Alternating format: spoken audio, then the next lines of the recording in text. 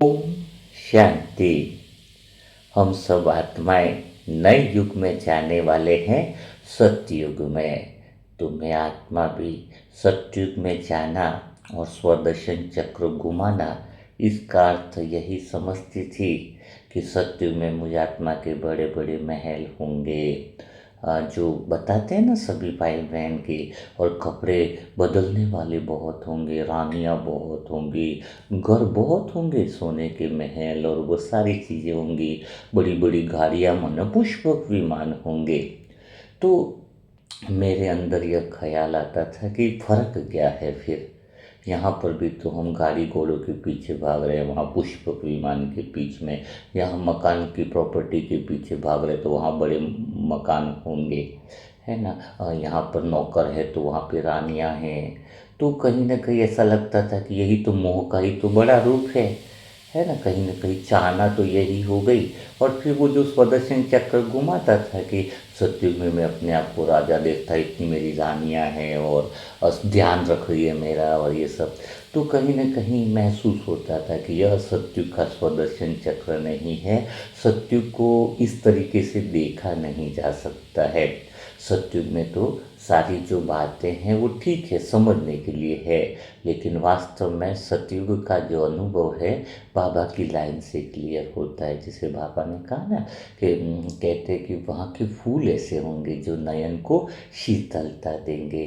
तो वो जो चक्र लगाता था कि मेरे ये होगा वो होगा, तो वो तो कहीं ना कहीं संसार में ही मुझे फंसा रहा था। जबकि सत्युग का तो ऐसा अनुभव होना चाहिए कि हमें इस दुनिया से पार उस दुनिया में लेकर के जाए।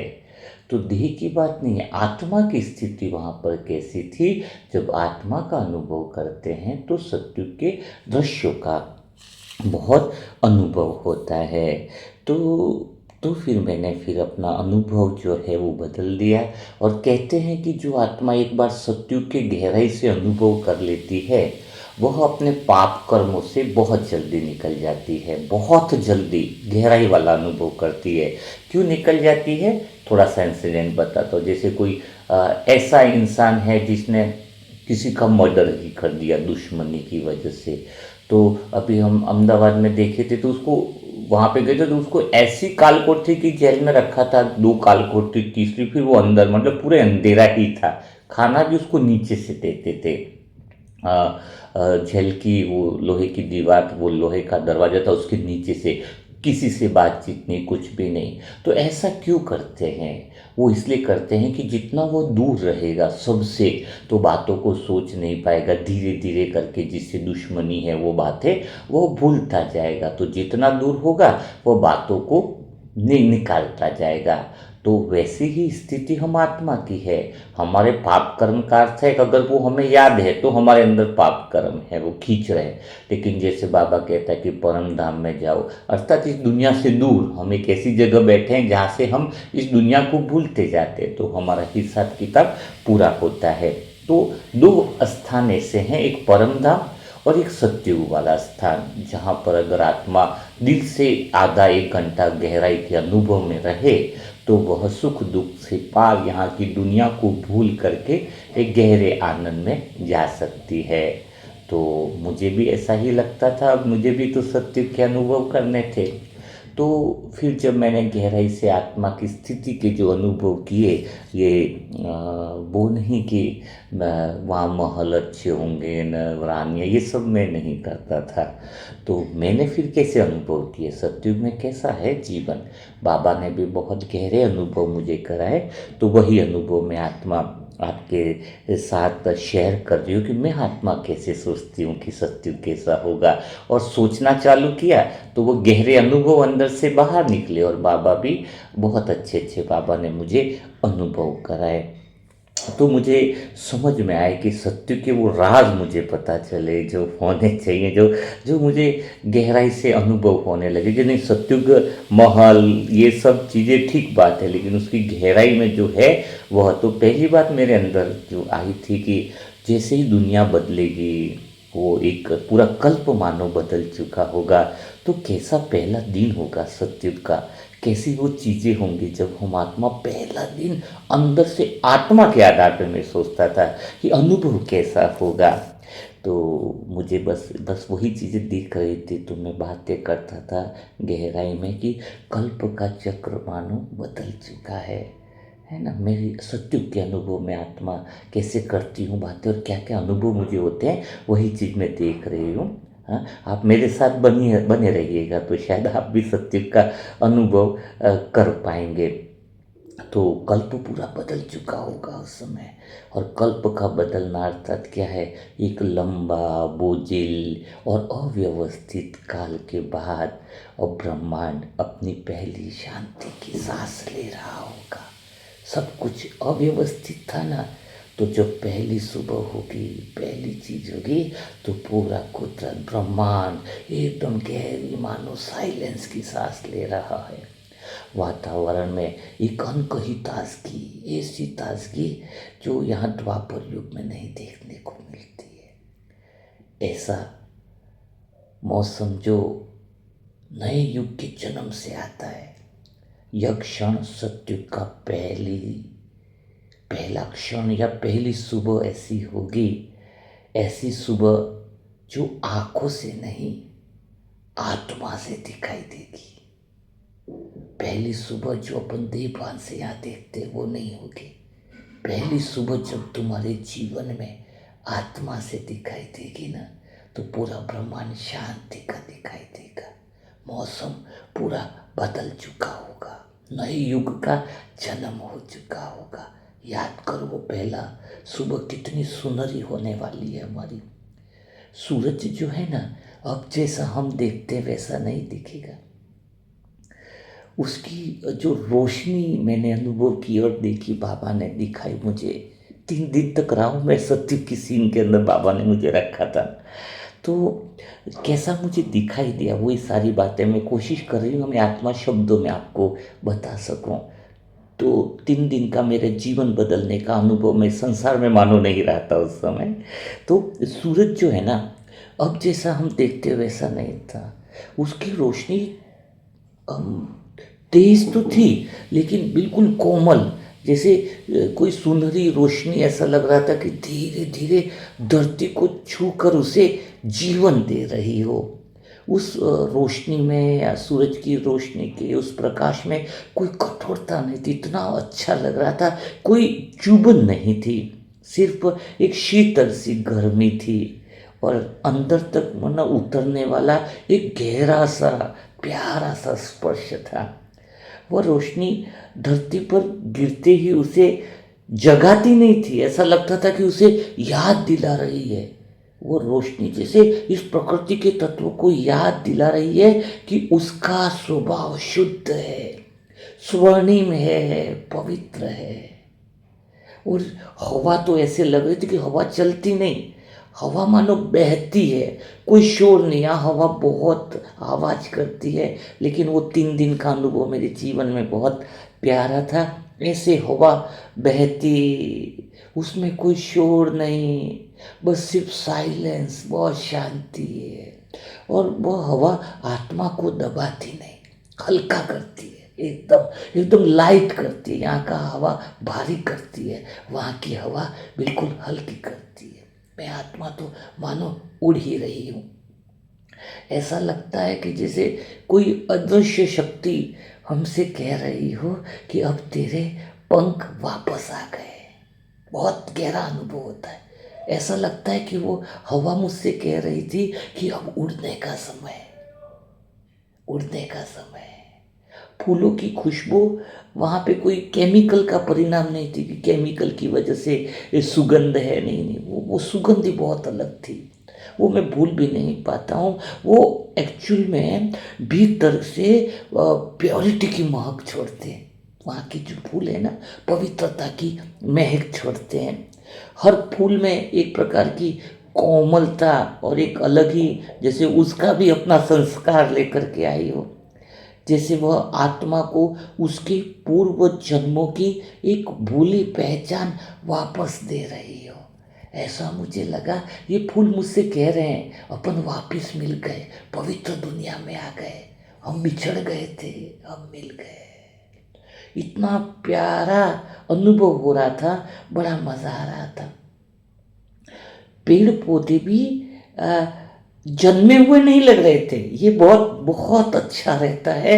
ऐसा लग रहा था ना कि अभी उत्पन्न हुए हैं। उनकी पत्तियां चमकती नहीं, दमकती। वे हवा के साथ, हवा की जो ताल बह रही थी ना, उसमें ऐसा लग रहा था कि वो हिलते नहीं, वे हवा के साथ बातें करते, संवाद कर रहे हैं। तो बहुत अच्छा अनुभव होता है। सत्युग की प्रकृति जब देखते हैं तो ऐसी कोई सजावट जैसी नहीं लगती है कि किसी ने ऐसी सजावट कर दी, आर्टिफिशियल नहीं लगती सत्युग की प्रकृति। वो ऐसा लगता है कि कोई जीवित भाषा कोई है जो हमसे प्यार से बातें कर रहा है। और एक बहुत अच्छी बात बताऊं वहाँ का, जब बाबा के साथ में वो तालाब के पास गया ना, तो एक्चुअल में यहाँ पे तालाब होता है ना, तो उसमें उस पानी में तो आईना की तरह हो जाता ना, चेहरा दिखता है। मुझे आत्मा को इतना गहरा प्यारा अनुभव रहा कि वह चेहरा नहीं दिख रहा, एकदम आत्मा का सौम्य प्रतिबिंब दिख रहा, सुंदर आत्मा का मानो प्रतिबिंब दिख रहा। इतनी चमक, इतनी मतलब पानी में देखते ही एक भीतर की दिव्य रोशनी का आभा मंडल उस तालाब में मुझे दिखाई दिया। तालाब में जैसे देख रहा हूँ, मैंने कहा चेहरा नहीं, आत्मा का इतना सुंदर आभा मंडल। मेरा मन खो गया, बड़ा आनंद आता है, बड़ा प्यारा। और खुशी का वो नहीं, सीमा नहीं रहती। अब मुझे और अच्छे से याद आता है कि सबसे महत्वपूर्ण अनुभूति जो मुझे उस समय हुई, बताया ना 3 दिन रहा, तो जो सुबह उठते हैं ना, वो बहुत गहरा अनुभव रहा मुझे। आत्मा का पहली सुबह, पहला जागरण। पहले दिन आप जब जगोगे ना इस सत्यों की दुनिया में, तब आत्मा इस नई दुनिया को देखती है ना, तो उसे आश्चर्य नहीं होता है। ये आपको बहुत बहुत गहरी बात, क्योंकि मुझे आत्मा को बाबा ने सत्युग के वो 108 राज बताए, जो मेरे लिए बहुत मज़ेदार थे। मैं आज कुछ राजों को आपके सामने मैं आत्मा खोलना चाह रही हूँ कि जो पहली सुबह होगी ना, तो कुछ नया नहीं लगता, आश्चर्य नहीं होता है। ऐसा लगता है कि जैसे उससे पहचान होती है, वो अपना ही था, वही अपनी असली दुनिया है। जैसे उससे पहचान हो गई, बिल्कुल ऐसा नहीं लगेगा कि आप नई दुनिया में गए, कुछ नया है, नहीं। एक गहरी, प्राचीन, मधुर अनुभूति अंदर से उठती है, गहरी मेरे अंदर से उठी कि मैं तो यहाँ की हूँ और यह दुनिया तो मेरी है, यह दुनिया मेरी है, मैं यहाँ की हूँ। और यही सत्युग का सबसे पहला राज है जो मुझे बाबा ने बहुत गहराई से अनुभव कराया। दुनिया और आत्मा एक दूसरे के अनुरूप होती है। जैसे स्वभाव आत्मा का, वैसे ही उसकी सृष्टि हो गई। अब आत्मा अपने पहले शरीर का अनुभव करती है। मुझे आत्मा ने जो पहला शरीर का अनुभव कराया बाबा ने, वो एक्चुअल में सत्युग का शरीर शरीर नहीं होता है। मैं इसको अनुभव को शब्दों में लाने की कोशिश कर रही हूँ कि वो शरीर ही नहीं लग रहा था। जैसे अपन कहते हैं कि देहभान नहीं है, ऐसा लगता है, फीलिंग ऐसी है कि वो प्रकाश का वस्त्र है। बॉडी कैसी लगती है कि प्रकाश का ही वस्त्र है, ना कोई भारी भी नहीं और बिल्कुल हल्का भी नहीं। ऐसे चल रहा था कि जैसे बिल्कुल सहज हो। उसकी चाल में एक अनसुना संगीत मुझे महसूस हो रहा था कि मैं चल रहा हूँ, और ऐसा संगीत, ऐसा बहुत गहरा गहरा आनंद था। और ऐसा लगता था कि वो जो शरीर है ना, जो चल रहा हूँ, तो वो प्रकृति के ताल से बसा हुआ है, प्रकृति का ताल भी बसता जा रहा है, और मुझे आत्मा का यह प्रकाश का शरीर भी उसकी धुन में नाचता हुआ चलता जा रहा है।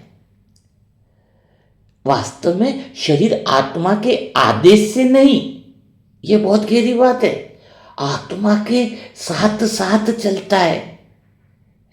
मालिकपन वाली बात नहीं है, साथ में चलता है। जैसे दोनों एक ही धुन के दो स्वर हो। ये मालिकपन तो अभी बनना पड़ता है, शरीर की मालिक हूं। शरीर उस समय साथ देता है, जैसे आत्मा रहती है, आत्मा के साथ उसमें ये नहीं करना पड़ता है कि मैं मालिक हूँ, शरीर की हूँ, ये सब बातें नहीं है। आत्मा वैसे ही प्योर है तो शरीर भी उसके साथ एक ट्यूनिंग में चलता है, दोनों मानो एक ही धुन में चलते हैं, दो स्वर नहीं, एक ही स्वर, मानो एक ही ताल हो गई हो। और मेरी जो वहाँ की जो मैंने श्वास ले रहा था ना, तो आत्मा की पहली श्वास भी बहुत अलग होती है, आज की तरह अशुद्धियों से भरी हुई नहीं। सत्युग की पहली सांस आत्मा को ऊर्जा नहीं देती, उसकी अपनी ऊर्जा को जागृत करती है। आज सोचते हैं ना ये सांस मेरे को ताकत देगी, श्वास ले रहा हूँ, वहाँ श्वास ताकत नहीं देती, आत्मा ऑलरेडी ताकतवर है। वो श्वास आत्मा की शक्ति को जगाती रहती है कि हम आत्मा, अभी अभी अभी रटना पड़ता है ना, मैं आत्मा शक्तिशाली हूँ, मुझे आत्मा में 1000 शक्तियाँ, बहुत सारी शक्तियों से भरी पड़ी हूँ। तो वह नेचुरल हो गया, हर श्वास है ना आत्मा को शक्ति बढ़ती है, हर आत्मा मतलब शक्ति बढ़ती नहीं, आत्मा की शक्ति को जगाती रहती है। कितनी, अगर कोई समझ पाएगा मुझे आत्मा की भावनाओं को तो शायद उस जगत तक पहुंच पाएगा। तो यह सांसें बताती है कि शक्ति बाहर से नहीं भीतर से उठती है, इसीलिए हम सदा आत्मिक स्थिति में रहते हैं, हमें मेहनत नहीं करनी पड़ती, क्योंकि हमें रियलाइजेशन होता है कि जो हमें चलने की शक्ति मिल रही है, देखने की शक्ति मिल रही है, हमें घूमने की शक्ति मिल रही है, हमें समझने की शक्ति मिल रही है, वो शक्ति हमारी भीतर से उठ रही है। यह श्वासें हमें हर पल अनुभव कराती रहती हैं, हर पल। यही तो सत्युग का अगला राज है कि वहां शक्ति ग्रहण नहीं की जाती है, वहां शक्ति बहती है। यह दूसरा राज समझ में आया? 108 राज बताए थे बाबा ने, जो आज कवर कर सकूं वो बातें आपको मैं बताना चाहूंगी। संबंध भी पहली बार में ही समझ लेते हैं। यहाँ पे तो कैसा होता है कि किसी से मिलेंगे, थोड़ी बातचीत करेंगे, फिर रिलेशन गहरा होता है, बहुत टाइम लगता है ना, थोड़ा सा कन्वर्सेशन होता है, साथ में बैठेंगे, समोसा चाय खाएं पिएंगे, तब रिश्ता बनता है। वहाँ पे ऐसी ज़रूरत नहीं है, वहाँ पर पहली बार में ही जब आत्मा एक दूसरे को देखती है ना तो मुस्कुराती है, उन्हें कोई पहचानने का कोई प्रयास ही नहीं करना पड़ता है, उनकी दृष्टि सम्मान देती है, और वो सामने उनकी उपस्थिति ही शांति देती है। सच बताऊं तो शब्दों की आवश्यकता ही नहीं, भाव ही भाषा है। कि जैसे मुझ आत्मा ने वहाँ पे दिव्य देवताओं को देखा तो बस मुस्कुराहट थी, कोई ऐसी आवश्यकता मुझे महसूस नहीं हो रही थी कि मैं अपना इंट्रोडक्शन दूं और वो मुझे अपना इंट्रोडक्शन दे। वो मुस्कुराहट, उनकी उपस्थिति गहरी शांति और गहरे आनंद का अनुभव कराती है। तभी तो इस समय भी हम आत्माएं जब किसी बड़े भाई, निमित्त भाई या कईयों से मिलते हैं तो ऐसा लगता है कि बातों की आवश्यकता नहीं है, सीधा बस नयनों में वो अव्यक्त भाव, वो प्रेम दिखाई देता है जो मुझे रतन मोहिनी दादी के साथ मेरा रहा था। पहली बार मिला था तो बस शब्द ना निकले थे, बस उन्होंने वो मुझे देखते रहे थे, मैं उनको देखता रहा था, वो सत्युग की अनुभूति ताज़ा हो रही थी। तो इस पूरी सृष्टि का जो सबसे बड़ा जो रहस्य यह है कि सत्युग में मैं आत्मा कुछ वहाँ पर बनने की कोशिश नहीं करती, न उसे कुछ हासिल करना है, न कुछ पाना है, न कुछ खोना है। सत्युग में कुछ भी पाना नहीं, कुछ भी खोना नहीं, आत्मा जैसी है वही उसका वैभव है, वही, यही बात तो है जो सत्युग की जड़ में बसती है कि जहाँ आत्मा अपनी महिमा को पूरी तरह स्वीकार कर लेती है, कुछ भी बनने की चाह नहीं, कुछ हासिल करने की नहीं, न कुछ पाना न कुछ खोने का डर, कोई भय नहीं, कोई असुरक्षा नहीं, कोई तुलना नहीं, कोई संघर्ष नहीं, बस एक पहचान, पवित्रता और सहज दिव्यता। यही सत्युग की पहली सुबह है, एक ऐसी सुबह जो दुनिया नहीं बदलती, आत्मा को वापस उसकी वास्तविकता में ले आती है। सतयुग में नई दुनिया नई नहीं है, आत्मा की उसकी पहचान को वापिस लाने की प्रक्रिया है। तो समझ में आया। और अगर फिर से मैं और शरीर की बात करूं तो पहले ही बताया कि वहाँ का शरीर कैसा है। तो एक्चुअल में सत्युग में जो मैंने शरीर को महसूस किया ना, तो उसका थोड़ा सा गहराई से और लेकर जाता हूँ ताकि आगे के चैप्टरों में बाद में देखेंगे कि सत्युग का शरीर शरीर जैसा नहीं लगता है, वह आत्मा की पवित्रता का प्रत्यक्ष रूप प्रतीत होता है। जैसे आत्मा ने अपने भीतर की शांति, अपनी सहज चमक और अपने निर्मल भाव को किसी प्रकाशमय आकृति में बदल दिया हो, और वह आकृति शरीर बन गई हो। कितना अच्छा है कि जो आत्मा के गुणों की आकृतियां हैं, सुख की, शांति की, प्रेम की, उसने आकार ले लिया है अपने गुणों का। पूरा वो प्रकाश में आकृति ले ली है जिसको हम देह कह रहे हैं। सोचो उस गहरे अर्थ को, एक सेकंड में तुम देहपान से मुक्त हो जाओगे अगर सत्युग का सही तरीके से तुम्हें स्वदर्शन चक्र लगाने आ जाए। यह देह जो है संसार की समय की देह मनुष्य को बोझ बनाती है, थकाती है, परेशान करती है, जगह जगह पर प्रॉब्लम्स है शरीर के अंदर। लेकिन वहाँ के शरीर में कोई भारीपन नहीं, कोई असंतुलन नहीं, कोई ऐसा तत्व नहीं जो आत्मा के स्वभाव के विरुद्ध हो। सतयुग में शरीर उतना ही हल्का है जितना कि सुबह की हवा नरम, शांत, स्वच्छ और सहज रहती है। जो इस सतयुग के अनुभवों में रहने लग जाता है, इसकी इस समय शरीर में कैंसर जैसी बीमारियां भी समाप्त हो जाती है, क्योंकि आत्मा की वह शक्तियों का स्वरूप यह शरीर लेने लग जाता है। और जब आत्मा का गुणों का पूरा स्वरूप इस शरीर में बहने लग जाता है, वही तो फरिश्ता रूप है। और तभी कहते हैं कर्मातीत अवस्था। ब्रह्मा बाबा का आत्मा जो है, आत्मा के गुणों का शरीर बनने लग गया, वो स्वरूप बनने लग गया। और जब पूरा स्वरूप बन गया तो इस शरीर से निकल गए। थोड़ा बातों को गहराई से समझने की कोशिश करो। वहाँ ऐसा लगता है जैसे प्रकृति ने आत्मा की स्थिति को पढ़कर उसके अनुरूप देह का निर्माण किया हो। जैसी आत्मा है वैसा ही शरीर का निर्माण हुआ है।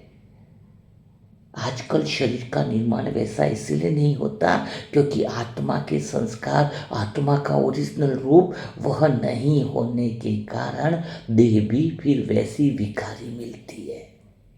ऐसी विकारी देह से लगाव छोड़ो, मुझे घिन आती है, बहुत घिन आती है। सतयुग में शरीर को चलाने के लिए कोई मेहनत नहीं है। आज तो हम हाथ पैर को उठाते हैं, मोड़ते हैं, खींचते हैं। वहाँ जो शरीर है ना, स्वयं ही एक आत्मा की चैतन्यता की लय में बहता है। और कदम में एक शांत संगीत है।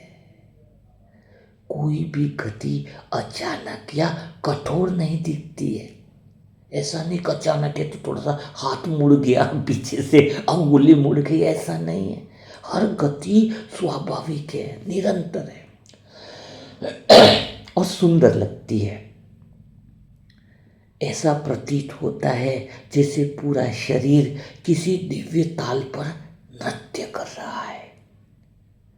वहां चलना नहीं है, बहना है। उठना नहीं है, सहज ऊंचाई है। बैठना नहीं है, एक शांत विराम है। यह देह आत्मा के प्रेम, शांति और आनंद को पूरी तरह व्यक्त करती है। सत्युग का जो रंग है ना, वो गोरेपन का नहीं होता है, बल्कि आत्मा की शुद्धता का तेज जो होता है ना, वह देह पर उतर आता है। यहाँ पर कई सारे बाबा के बच्चे देहभान के अनुसार ही सोचते कि वहाँ चेहरा कितना गोरा होगा, पर गहराई का अनुभव नहीं करते हैं। वो देह पर कोई पॉन्ड्स पाउडर नहीं लगा रहता है सत्युग में, वह आत्मा की शुद्धता का एक तेज होता है जो शरीर पर मानो बह रहा हो, उतर रहा हो। चेहरे पर कोई कृत्रिम चमक नहीं है, पर एक अप्रकट कोमल उजाला अवश्य होता है। जैसे वो होता है ना, कोई दीपक भीतर जल रहा हो और अंदर से उसकी लौ जो है ना, शरीर की रेखाओं में शांत सौंदर्य बिखेर रही हो। ऐसे ही ऐसा लगता है आत्मा का दीपक अंदर जल रहा हो और शरीर की हरी कोशिकाओं में और हर जगह उसकी सुंदरता बह रही हो। वहाँ की आंखें मैंने देखी, आंखें ना ऐसी गहरी और शांत दिखाई देती है, बहुत पीसफुल, जिसमें कोई आग्रह नहीं होता है, कोई भय नहीं, कोई अस्थिरता नहीं, सिर्फ एक निर्मलता जो देखने वाले को, मन को तुरंत शांति देती है। मैं आत्मा वहाँ पर जितनी भी देव आत्माओं को देख रही थी ना, उनको देखकर अंदर से वो बहुत गहरी शांति का अनुभव होता है, क्योंकि यह जो आंखें होती है ना वहाँ की, आत्मा की सच्चाई को छुपाती नहीं है, बल्कि उसके पवित्र स्वरूप को प्रकट करती है। यहाँ पर तो आंखें कलयुग में छुपाने का काम करती, झूठ बोलती है। सत्युग की में जो ये अपने बॉडी की वो होती है ना त्वचा में, तो वहाँ पर कोई असमानता नहीं होती है ना। यह स्पर्श करें ना अगर उसको, तो अगर त्वचा को वहाँ पे छुए ना, तो ऐसा लगता है जैसे कोई शांत जल पर सूर्य की जैसी किरणें उतर गई हो। ऐसे पानी हो ना ठंडा सा, उस पर हल्की सी कोई किरण उतर गई हो, ना तो कोई अधिक चमकीली हो ना अधिक फीकी। शरीर की जो संवेदनाएं होती है ना, वो एकदम अलग होती है। वहाँ स्पर्श जो है ना, वो आकर्षण नहीं जगाता। जैसे यहाँ पर तो आपने देखा ना, अपोजिट डायरेक्शन होते हैं ना, जेंट्स और लेडीज, तो छूते थे एक अलग सा आकर्षण रहता है ना, विपरीत में वो विकारी। वो वहाँ पे स्पर्श किसी को छू गए ना, टच कर गए, तो वो आकर्षण नहीं जगाता है। वह उसको छू लिए ना अपन ने, तो ऐसा लगता है आत्मीयता का अनुभव होता है। वो एक लाइट का, पवित्रता का, सम्मान की अनुभूति देता है, रेस्पेक्ट कर रहे हैं जैसे, है ना। छूने पर कैसा अनुभव होता है कि सम्मान कर रहे हैं आप, बहुत अच्छे, जैसे पीठ थपथपाई ना, तो ऐसे सम्मान की अनुभूति, लाइट की प्योरिटी की अनुभूति होती है, जैसे किसी ने तुम्हारी उपस्थिति को स्वीकार कर लिया हो। क्योंकि मुझ आत्मा में सत्युग के बहुत सारे प्रश्न थे, तो बाबा को तो जवाब देना था, तो मैं ऐसी सी बातें पूछता था, बाबा टच करके देखूं क्या, कैसा अनुभव होता है। यहाँ पे तो टच का बैड टच, गुड टच, बहुत सारी बातें इधर, तो वहाँ पे तो बड़ा है गुड टच ही रहता, बड़ा आनंद देता है। तो मेरे अंदर के जितने भी सत्युग के प्रश्न थे, तो वो एक दिन में तो जवाब मिलने वाला नहीं था, इसलिए बाबा ने मुझे आत्मा को 3 दिन तक रखा। दिल्ली में मुझे अनुभव हुआ, कहीं मेरे अनुभव का वीडियो देख लेना, तो मेरठ में मैं आत्मा 3 दिन बाद मिली थी। तो इसलिए वो जो प्रश्न थे ना मेरे अंदर के, वो बाबा ने पूरे सॉल्व किए, बहुत अच्छा लगा। उसका कुछ ही चीज़ मैं आपको बता पा रहा हूँ, और लंबे वीडियो हो जाएंगे तो और करेंगे।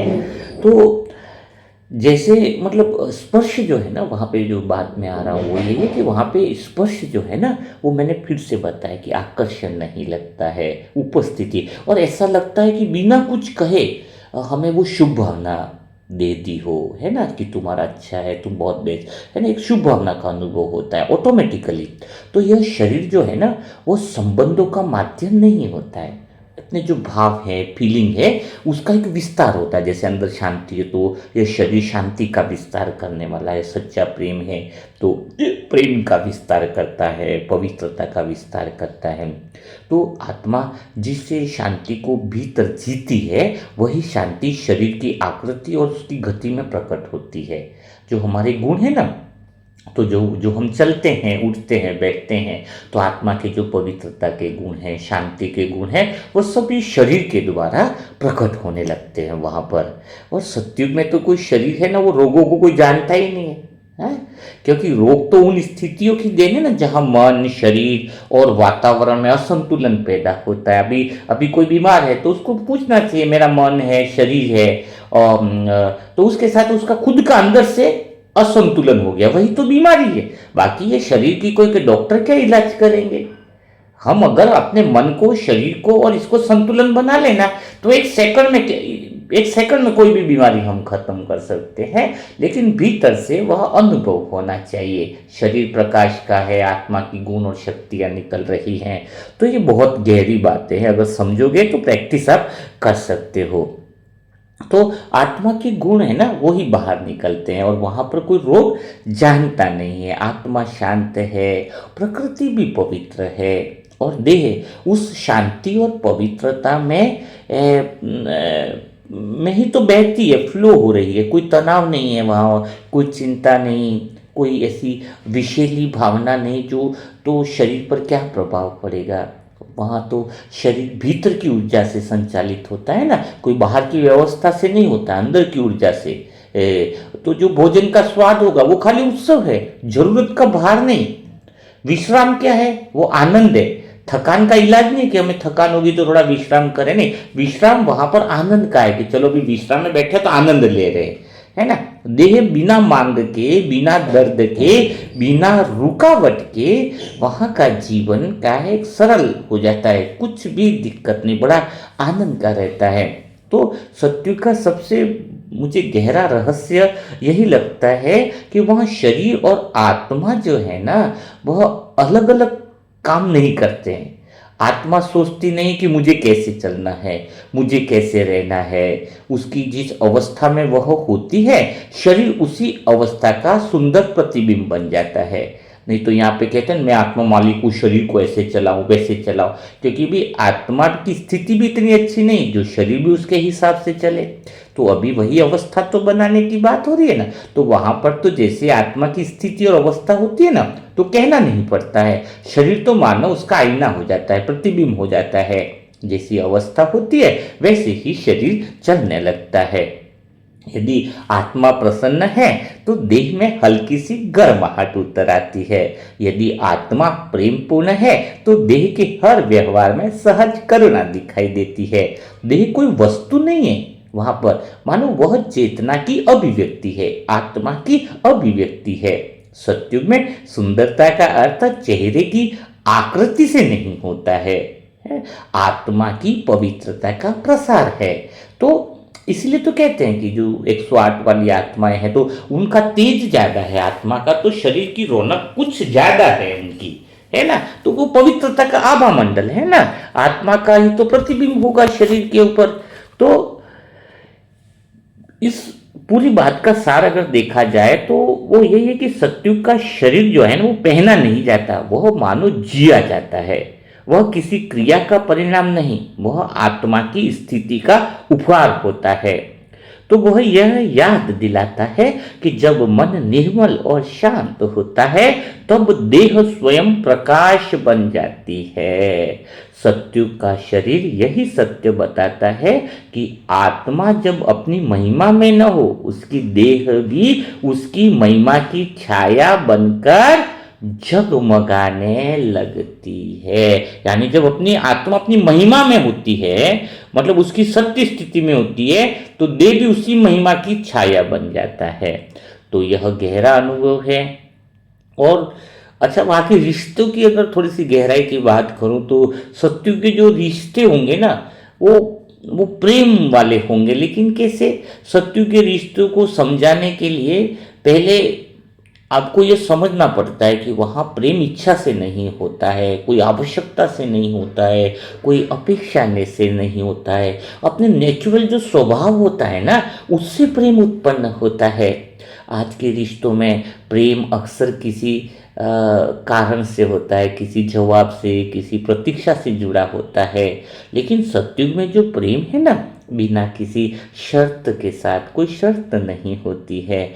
वहाँ वो एक निरंतर मतलब प्रेम का प्रवाह बहने वाली अनुभूति है। जैसे कोई शांत जलधारा होती है ना, आत्मा के भीतर से निकल रही हो, अंदर से निकल रही हो। जैसे पानी बहता है ना, वैसे अंदर से यह अनुभव होता है कि मेरे अंदर से वह शांति की धारा बह रही है स्वतः ही। वह प्रेम की धारा भी मेरे भीतर से बहती जा रही है। वहाँ प्रेम देना कोई प्रयास नहीं है, मेहनत नहीं है, बल्कि सांस लेना जितना सहज है। प्रेम बहुत आसान रहता है। वहाँ आत्मा जो अनुभव भीतर करती है, वह बिना किसी प्रयत्न के उसके व्यवहार और उसके संबंधों में प्रकट हो जाता है। सत्युग में जब दो आत्माओं का मिलन होता है ना, तो वो किसी कहानी या भावुकता का क्षण नहीं होता है वह तो उनके भीतर की शांति की पहचान का क्षण होता है। वे एक दूसरे के सामने आते हैं ना, तो उन्हें एक दूसरे के चेहरे से अधिक एक दूसरे की अवस्था दिखाई देती है। अंदर से ऐसे मिलेंगे ना, तो अंदर से वो अवस्था स्पष्ट दिखाई देती है ना, अंदर का फ्लो दिखाई देता है, अवस्था दिखाई देती है। क्योंकि वहाँ कोई छिपाना नहीं है और कोई दिखाना भी नहीं है। जो आत्मा है वही तो संबंध में उतर आता है। इसलिए वहाँ के संबंधों में कोई खिंचाव नहीं, सासू माँ बहू, देरानी जेठानी, भाई भाभी, कोई खिंचाव नहीं है। वहाँ पर कोई संघर्ष नहीं है, क्योंकि वहाँ पे कोई तुलना नहीं है ना। आत्मा की अवस्था है, स्पष्ट दिख रही है। उसकी अवस्था को देख रहे हैं, मैं अपनी अवस्था को देख रहा हूँ, तो तुरंत दिख रहा है। छुपाने का कोई स्थिति नहीं है ना, कंपेरिजन नहीं है। जो जैसा है वो दिख रहा है। और सुरक्षा की भावनाएं वहां पर नहीं हो सकती ना फिर, क्योंकि हर आत्मा जो है वो अपनी जगह पूर्ण होती है। इसलिए दूसरे की महिमा को देखकर कोई असहज नहीं होता है ना। वो भी पूर्ण है, दूसरा भी पूर्ण है, तो सब कुछ सामान्य तरीके से स्वतः ही चलता रहता है। संबंधों की भाषा भी अलग होती है। जहाँ शब्दों से अधिक दृष्टि बोलती है, वहां पर देखा जाए तो दृष्टि में प्रेम है, पर वह उत्तेजित प्रेम नहीं है।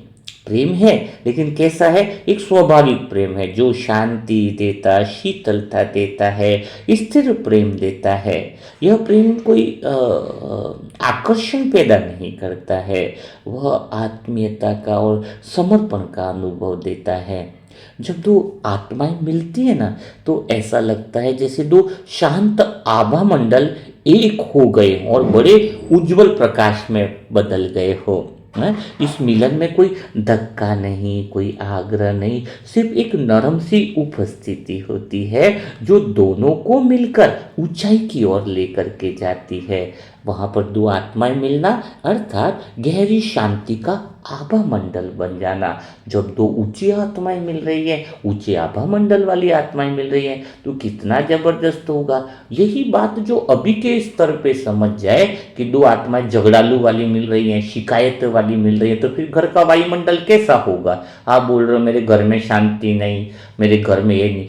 मिलने वाली आत्माएं कैसी है, जैसे घर में कोई रिश्तेदार आ रहे हैं, कोई दूसरे आ रहे हैं, तो ऐसे झगड़ालू वाले वाइब्रेशन की वृत्ति बनती है कि देखकर ही वो महसूस हो जाता है। मैं आत्मा तो किसी के घर में कदम रखूं तो अनुभव हो जाता है कि यहाँ पे क्या गोलमाल चल रहा है, तुरंत ही अनुभव हो जाता है। बहुत अच्छे से अनुभव होता है। क्यों? क्योंकि वो सत्य के गहरे अनुभवों को अगर जब उस अनुसार देखते हैं तो सत्यता सामने दिखने लगती है।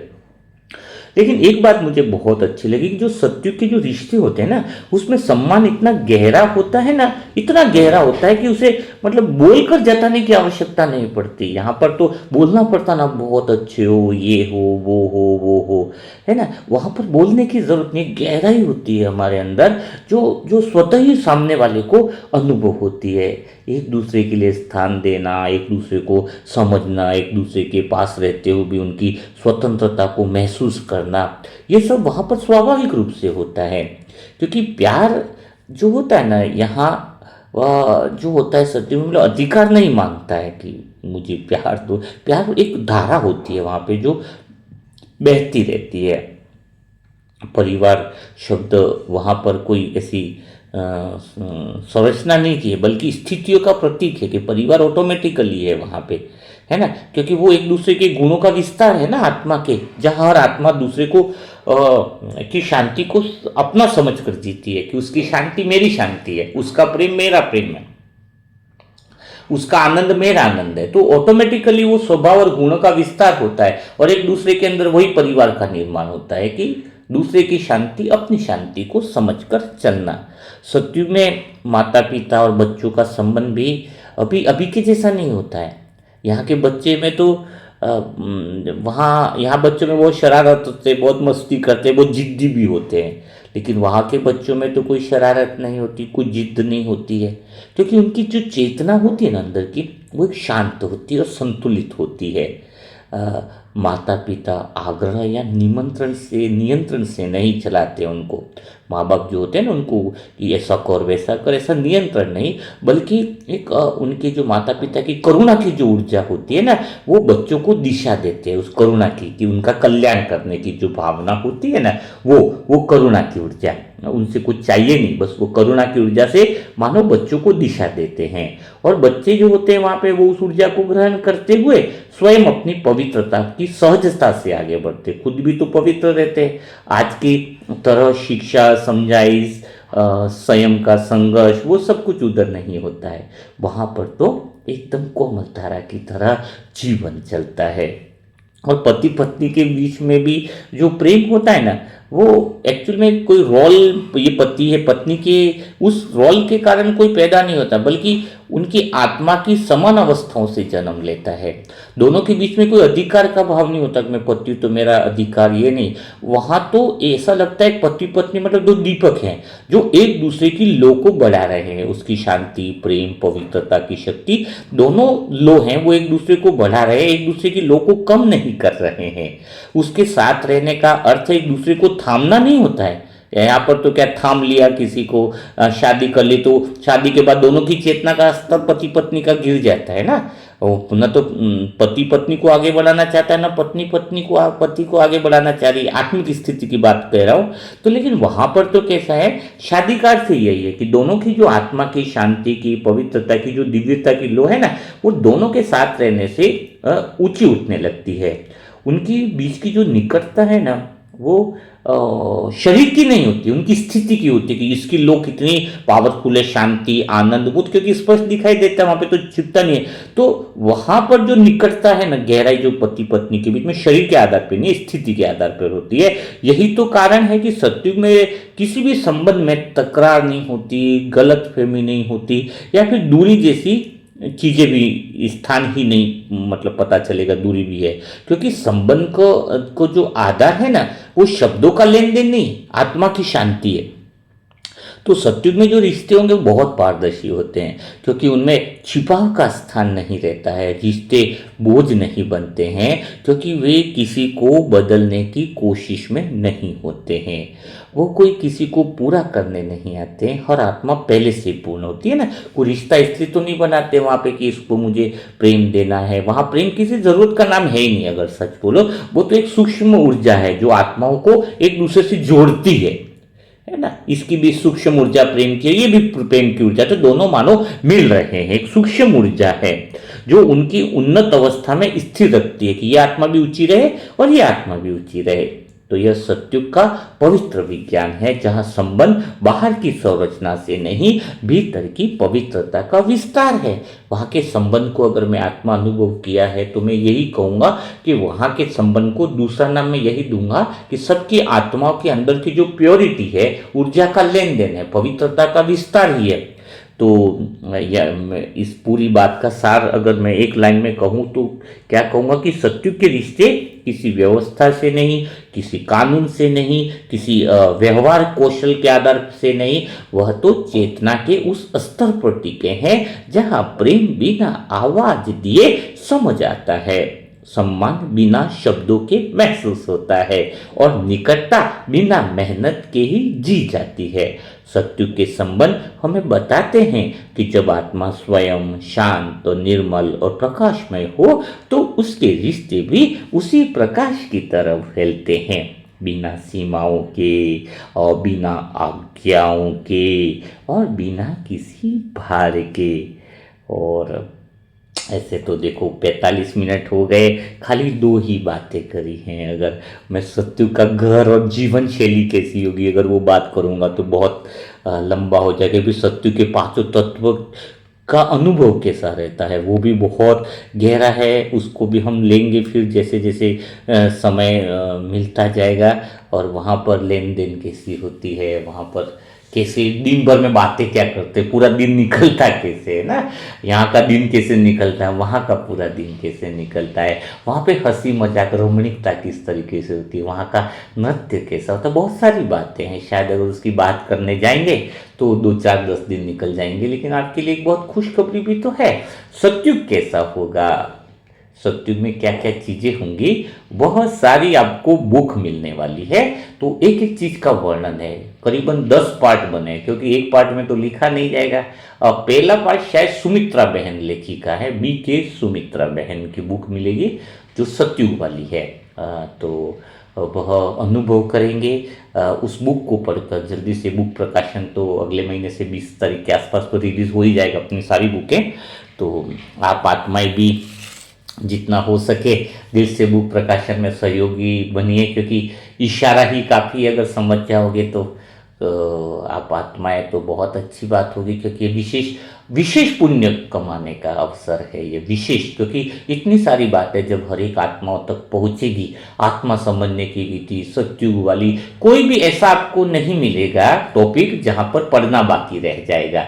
आत्मा के राज, ब्रह्मा कुमारेश्वरी विश्वविद्यालय के वो कहे रहस्य आपको सुनने को मिलेंगे कि ब्रह्मा बाबा में मुरली आती, पहली बार माइक कब लगा, पहली बार विदेश की सेवाएं, मतलब हर चीज आपको मिलने वाली है। क्योंकि ये सब करण करावनहार बाबा है, जो बाबा करवा रहा है, और सारे काम हम सब निमित्त आत्माएं मिल करके यह काम कर रहे हैं। तो आज का ये सत्युग का अनुभव कैसा रहा, और भी इसको हम गहराई से आगे कोई भी ऐसी बात आई मुरली में तो करेंगे, क्योंकि आज मुरली में ऐसी पॉइंट थी ना कि फूलों, वहाँ के फूल ऐसे होंगे जो नयन को शीतलता देंगे। धारणा के लिए सार के अंदर ये पॉइंट है ना आज की, तो सत्युग कैसा होगा, इसलिए आज के मुरली मंथन से वो पॉइंट उठाई जाती है डेली, ताकि आपका मुरली मंथन की आप गहराई में जा सको।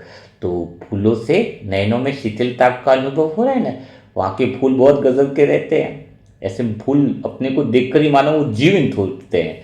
तो उसके लिए फिर लंबा टॉपिक हो जाएगा। तो आज का अनुभव आपको कैसा लगा, सत्युग का अनुभव, वो कमेंट बॉक्स में ज़रूर लिखिएगा। और जो नई आत्मा है अपने तीव्र पुरुषार्थ की गति को बढ़ाना चाहती है, उसके लिए मोबाइल नंबर है 7202921969। अभी दुआओं की सेना खड़ी करो और पावरफुल बनाओ। काफ़ी सारी आत्माएं तो जोड़ रही हैं, लेकिन आप आत्माएं भी जितना हो सके अधिक से अधिक दुआओं के ग्रुप को बढ़ा दो, ताकि क्या होगा, अभी हम क्षमा याचना चल रही है, फिर जैसे ही ब्लेसिंग का चालू करेंगे तो बहुत लंबी लिस्टें हैं, दिन के 5-5 वीडियो दुआओं के डलने वाले हैं 7-8 दिन के बाद, क्योंकि लिस्ट बहुत लंबी हो रही है। और सारे विश्व की आत्माओं में दुआ लेने वालों की संख्या बहुत ज्यादा है, दुआ देने वालों की संख्या बहुत बहुत कम है।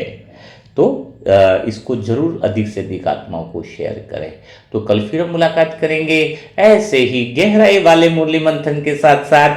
तब तक मेरे प्यारे सभी सत्युगी आत्माओं को ओम शांति, ओम शांति, ओम शांति।